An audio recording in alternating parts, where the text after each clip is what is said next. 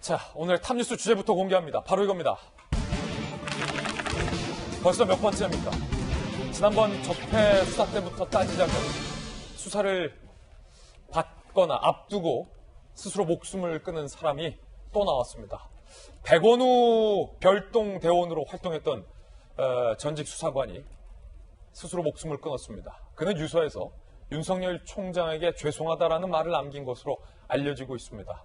울산에 갔다라고 알려진 그 청와대에서는 고래고기 때문에 울산에 갔다라고 얘기를 했는데 논란이 많습니다. 오늘 하나하나씩 풀어보겠습니다. 의문의 죽음, 그 뒤에 얽힌 복잡한 이야기부터 오늘 한번 그 실마리를 풀어보겠습니다.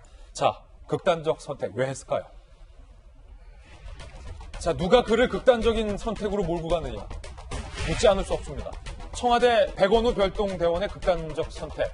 백원우 밑에 신설된 일명 백원우 별동대에서 근무한 A검찰 수사관. 다른 특감반원과 다른 소속이었다는 겁니다.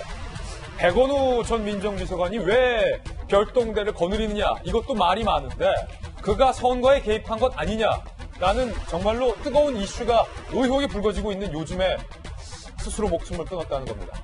어제 오후 3시경 검찰 조사 3시간을 앞두고 숨진 채 발견됐어요. 아직 검찰이 조사조차 못했는데 스스로 목숨을 끊었다는 겁니다. 무엇 때문에 그랬냐는 거죠. 이 숨진 A 검찰 수사관은 누군지 살펴보시죠. 이른바 백원우 별동대에서 활약을 했습니다. 민정비서관실 산하 공직감찰 전담조직 소속. 백원우 별동대 2명 중 1명이에요. 이른바 김기현 울산시장 사건.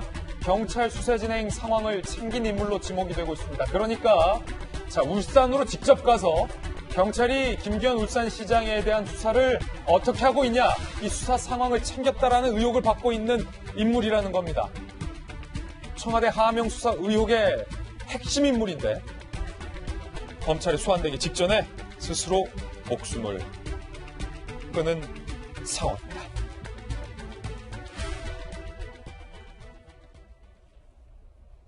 자, 그가 자필로 남긴 유서 내용부터 먼저 한번 살펴볼 건데요.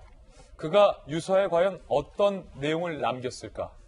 윤석열 총장에게 죄송하다라는 말도 남긴 것으로 알려졌습니다. 자, 과연 김기현 수사와 아무 상관이 없다면 그는 왜 윤석열 총장에게 미안하다는 말을 남기고 목숨을 끊었을까요? 유서 내용 살펴보시죠.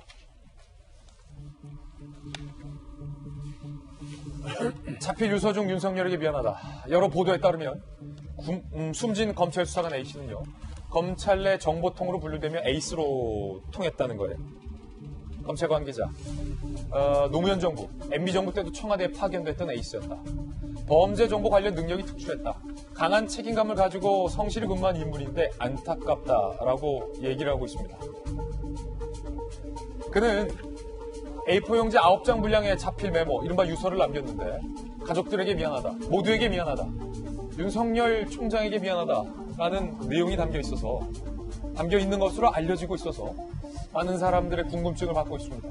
윤 총장이 아끼던 수사관 중 한 명이었다. 지금 유재수 건을 수사하고 있는 수사관, 청와대 파견 해제되고 윤석열 총장이 아꼈던 그 총장에게 미안하다라는 말을 남겼습니다. 자, 그렇다면 이 극단적 선택을 왜 했는지가 상당히 궁금해집니다. 이 의문을 한번 풀어야겠습니다. 왜 극단적인 선택을 했을까요? 함께 보시죠.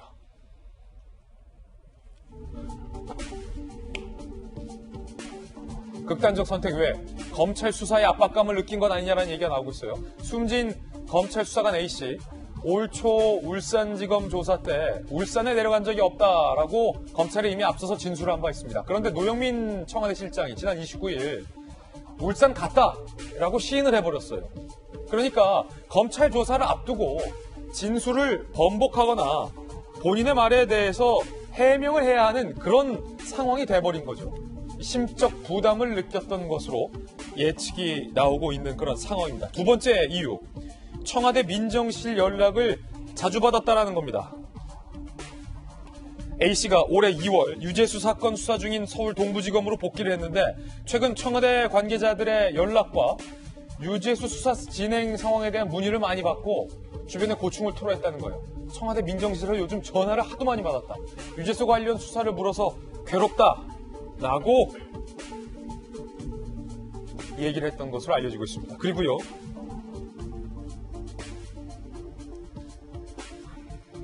자, 이 숨진 검찰 수사관 A씨는요, 모든 것을 내 잘못으로 몰아간다. 나에게 전부 뒤집어 씌우려는 것 같다. 라고 청와대 연락을 요즘 받아왔던 그는 지인들에게 이런 이야기도 했던 것으로 현재 알려지고 있는 상황입니다. 자, 박정하 전 대변인. 네. 종합해보면 이 숨진 A씨는 에이스였어요. 이른바 검찰 내에서 에이스. 청와대 파견을 3번이나 갈 정도로 에이스였고, 현재는 검찰로 복귀해서 유재수와 관련된 과연 누가 유재수 씨를 무마시켰느냐와 관련된 수사를 하는 사람인데, 요즘 청와대 민정실에 연락을 많이 받아왔던 것 같고 심적 부담감을 느꼈다. 그런데 이른바 김기현 청와대 수사 하명과 관련돼서 소환을 앞두고 목숨을 끊었다. 자, 이분의 죽음이 심상치 않은 이유죠.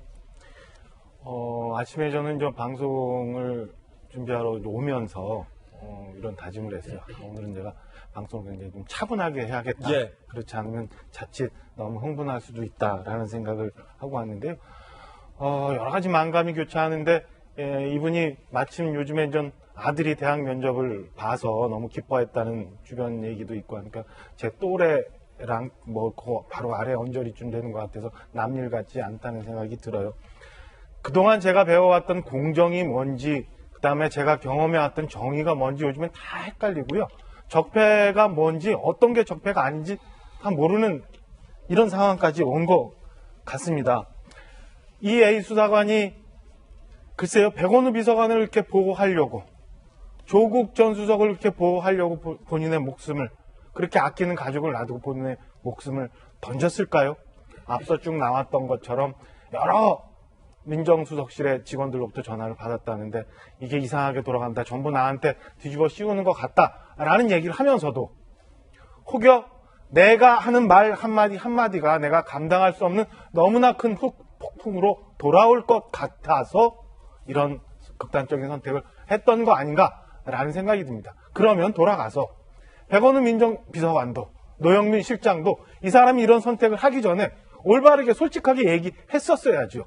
그러면 이 사람이 이렇게까지 본인이 부담을 갖고 극단적인 선택을 했을까요? 왜 이 판에 고래고기가 나오는지 저는 납득을 할 수가 없는 상황입니다. 예. 오늘 오랜만에 대통령께서 수석보좌관회의를 오후에 주재하신다고 합니다. 내가 데리고 있던 직원이 저런 선택을 했어요. 과연 대통령께서는 어떤 말씀을 하실지 저는 좀 지켜보고 싶습니다. 어제 저녁부터 지금까지 무슨 일이 있을 때마다 이렇게 나왔던 청와대 공보관계자들 아무 반응도 하지 않고 있는데 언제까지 이렇게 나랑 같이 일했던 사람이 이런 극단적인 선택을 취하는 상황까지 왔는데 아무 말도 안 하고 있을지 궁금하고요. 곧 장례정차가 진행될 텐데 청와대 고위관계자들 과연 어떤 사람들이 가서 조의를 표할지, 유가족을 위로할지, 그리고 같이 근무했던 백원우 전 비서관, 조국 전 민정수석 그 장례식 가서 유가족 어떤 식으로 위로하며 어떤 말을 할지 저 똑똑히 지켜보고자 합니다.